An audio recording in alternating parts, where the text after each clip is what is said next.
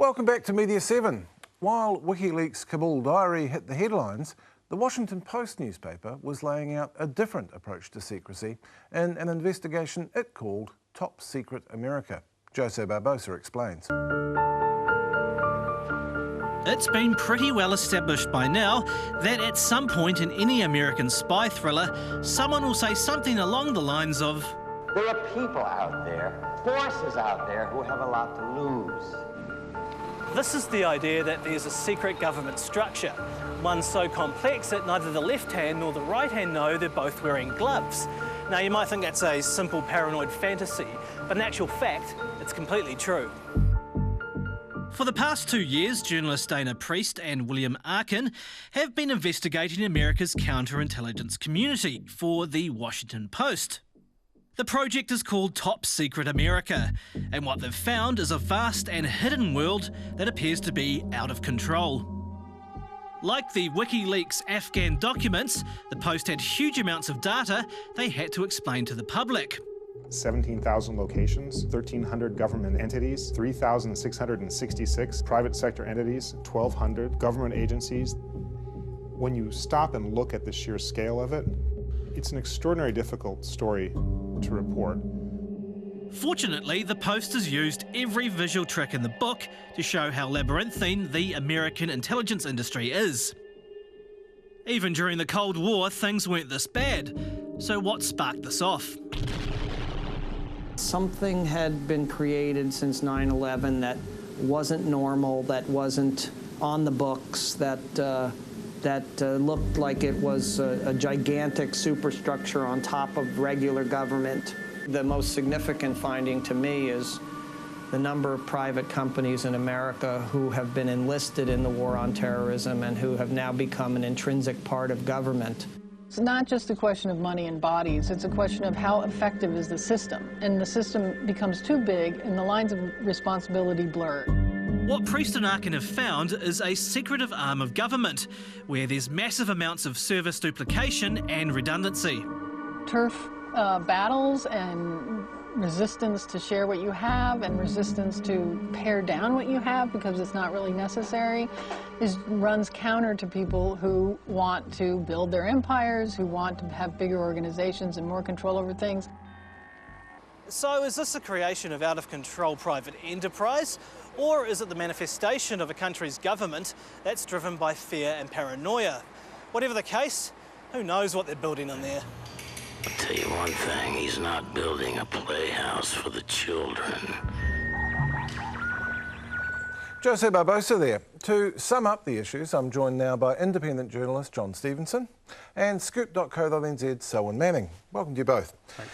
John, let's start with the WikiLeaks story. This is a huge leak, but I'm still not actually clear on what its implications are. Is it really Pentagon Papers Part 2?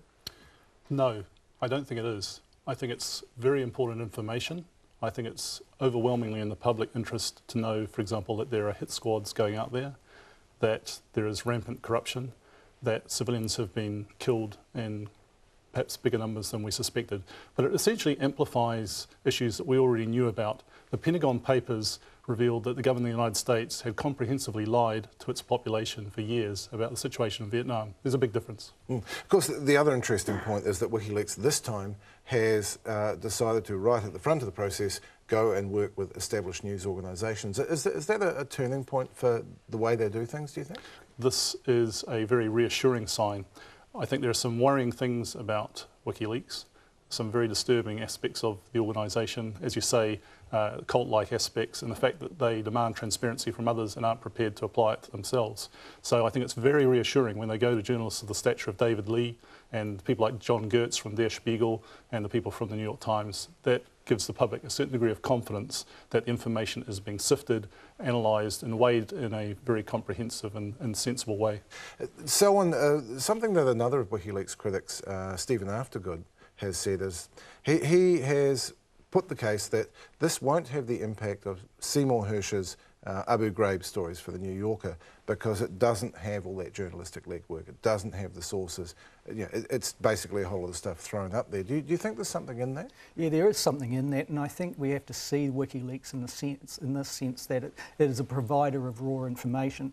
If there's anything that comes from this, it is really that professional journalists today can use their analysis skills to actually make sense of all of that information, and that's where the difference between Seymour Hersh's work and this instance comes about. I think Seymour Hersh obviously had raw information, he had it exclusively, and he applied those journalistic skills to it. He analysed it and then made sense of it to his public.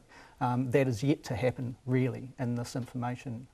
I thought that was actually fascinating. We now have this new phrase, data journalism, which Roy Greenslade coined, I think. We saw that both from The Guardian and The Washington Post, and Jose's track there.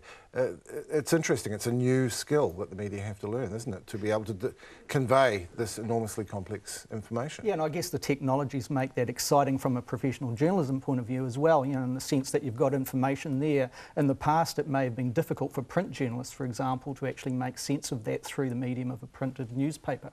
But with this technology that's available to us now, we can employ the technologies that present that information in a visual way.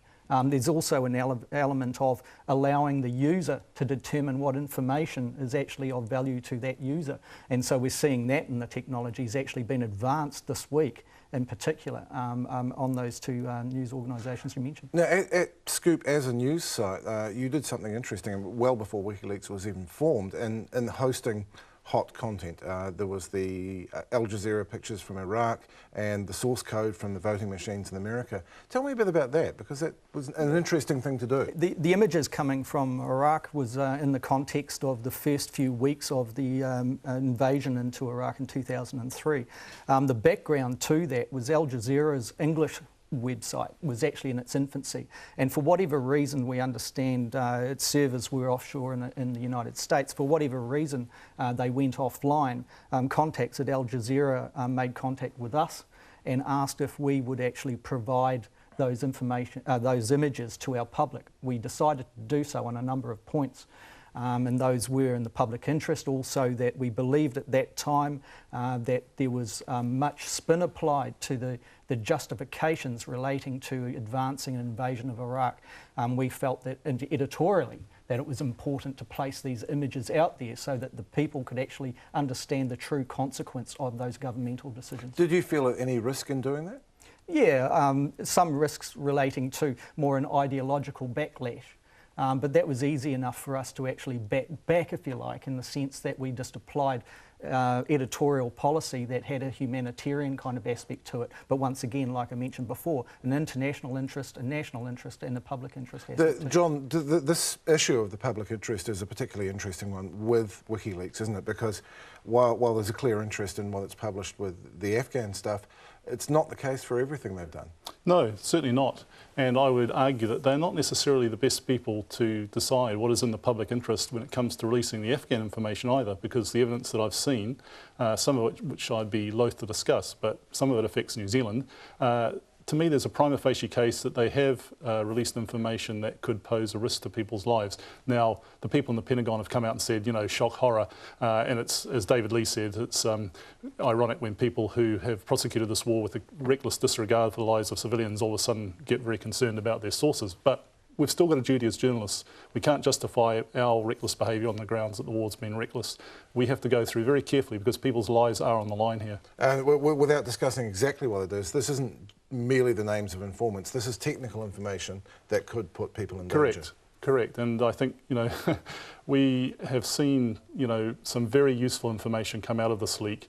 And as I said, I think it's unquestionably in the public interest that at a crucial stage in the war, we have a fuller picture. If anything, this has given confirmation that the war is headed for disaster, headed for collapse. And I think that is in the public interest because the public needs to have their decisions, their political decisions, informed by the reality of what's taking place on the ground. So I welcome it, but I think we have to have very strong reservations about some of the methods. So where do we go from here? Because WikiLeaks isn't going to go away.